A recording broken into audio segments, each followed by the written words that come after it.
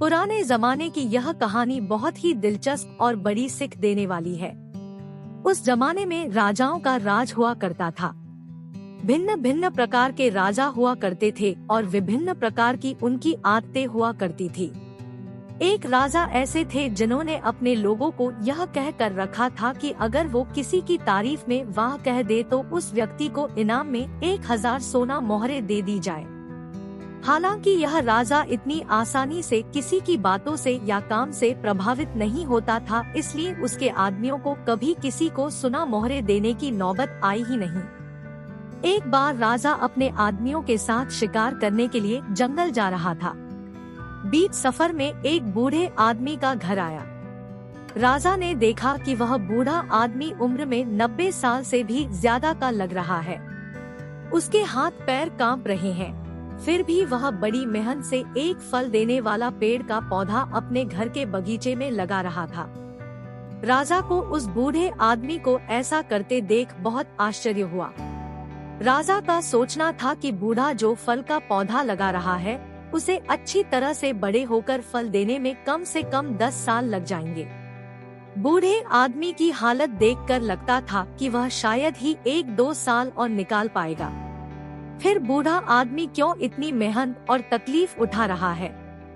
राजा अपने आदमियों के साथ उन्हें के पास पहुंचा और उसने यही प्रश्न बूढ़े से किया तो बूढ़े ने कहा, महाराज, अगर यही सोच मेरे दादा परदादा रखते तो आप मेरे बगीचे के इन कई पेड़ों को जो वह मेरी उम्र के थे तब लगा कर गए थे शायद यहाँ नहीं देख पाते और ना ही मुझे उनसे फल खाने के लिए मिलते।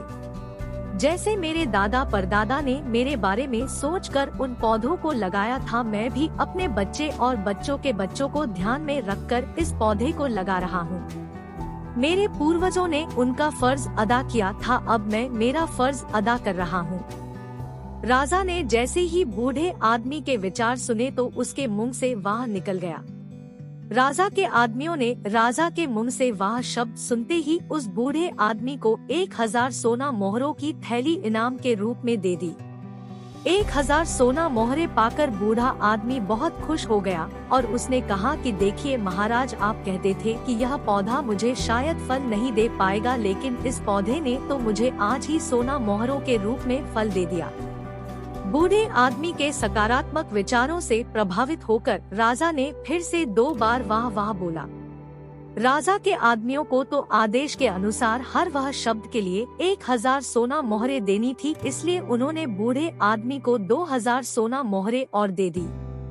फिर से इतनी सारी सोना मोहरें पाकर बूढ़े आदमी ने खुशी से कहा कि महाराज, मैंने तो सिर्फ सुना था कि कुछ राजा दयालु और बड़े दिलवाले होते हैं, लेकिन मेरी इतनी उम्र हो गई फिर भी कभी देखा नहीं था, लेकिन आज पहली बार आपको देखा तो उस बात पर विश्वास हो गया। राजा के मुंह से अपनी तारीफ सुनकर लगातार 3 बार वाह वाह वाह निकल गया और बूढ़े आदमी को 3000 सोना मोहरें और मिल गई। दोस्तों, यह कहानी जितनी मजेदार है उतनी ही गहरी बात भी सिखाती है। यह कहानी हमें सिखाती है कि हर काम सिर्फ अपने मतलब के लिए नहीं करना चाहिए। जब हम कोई काम निस्वार्थ भाव से करते हैं या दूसरों का भला करने के लिए करते हैं तो उसका फल भी हमें जरूर और जल्दी मिलता है। इसलिए दोस्तों, निस्वार्थ बनो और भलाई करते रहो। ऐसी और रोचक और मन को बहला देने वाली कहानियाँ सुनने के लिए हमारे चैनल मॉरल हिंदी स्टोरीज को सब्सक्राइब करें और इस वीडियो को लाइक और शेयर भी करें।